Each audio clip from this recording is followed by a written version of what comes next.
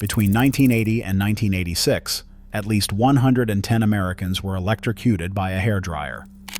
Stop for a second on that number. 110 people, almost 16 a year, and nearly 60% were children under 10.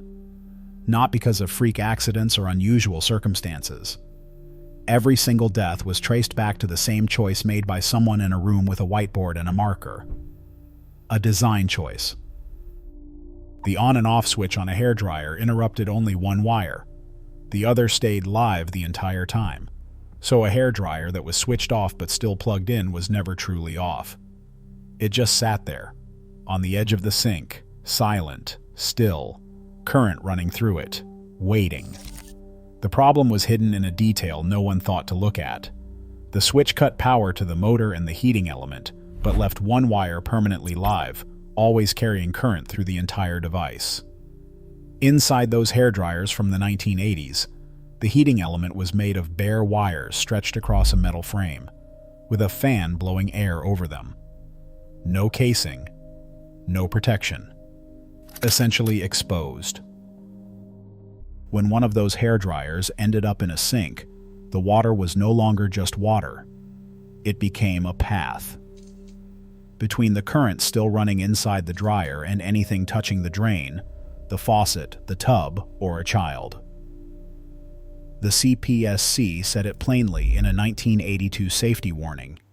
It said that it does not matter whether the hairdryer switch is on or off. If the hairdryer is plugged in, the water can become electrified. The part that is hardest to sit with is this. Dry skin protects reasonably well. Wet skin, almost not at all. The line between a barely noticeable tingle and cardiac arrest is as thin as a single wire, literally less current than a single Christmas tree bulb uses. It did not require a full bathtub. A few centimeters of tap water in a sink was enough.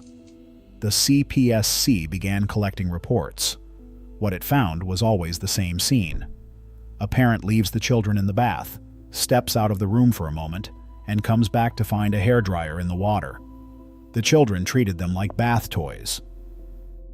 A 1984 study published in the Journal of the American Medical Association counted at least 95 bathtub electrocutions from 1979 to 1982.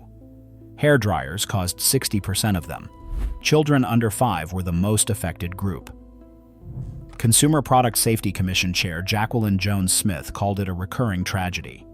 But that phrase, however accurate, does not come close to capturing what those parents walked back into.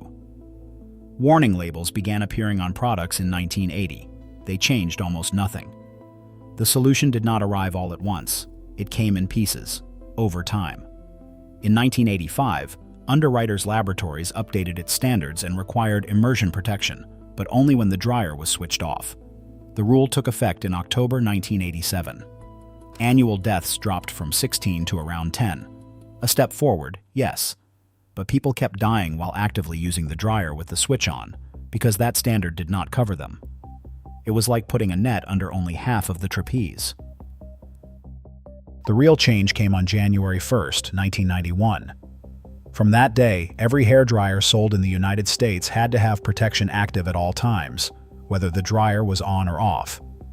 And that requirement gave shape to the wide, slightly bulky rectangular plug found on every modern hairdryer. Inside that plug is a mechanism that is simple to explain and remarkable in how it works. It monitors, in real time, whether all the current entering the dryer comes back out. If even a small amount, 5 milliamps, less than what it takes to light an LED, takes another route through water or through a person, the circuit opens in 1/40th of a second. Before the muscles can lock, before the heart can lose its rhythm. That 5 milliamp threshold is not arbitrary. It was established by Professor Charles Dalziel at the University of California, Berkeley, in 1961 through experiments that pinpointed the exact moment when a human hand closes around something live and can no longer let go. The device trips before that point, every time. The added cost for all of this was $2 per unit. 2. A peer-reviewed study by the Consumer Product Safety Commission calculated that the awkward plug prevented at least 280 deaths from 1987 to 2007, reducing electrocution fatalities by 96.6%. From the first warning label in 1980 to a genuinely binding federal law, more than 30 years passed. In between, at least 150 documented deaths. Other countries had already solved the same problem differently. The UK eliminated bathroom outlets entirely, and continental Europe addressed it at the circuit breaker level. The United States did something no one else had thought to do. They put the safety device inside the plug. It is the plug millions of people find slightly annoying, and that they have never really looked at.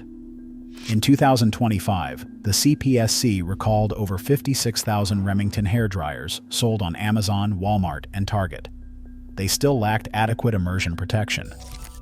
The technical solution has existed for decades. The commitment to making it universal apparently has not. If this video made you look differently at something you've had in your bathroom for years, then it did exactly what it was supposed to. On this channel, every video starts from a detail almost no one notices and ends up somewhere you did not expect. Take a look at the others. You'll find stories worth knowing. See you next time.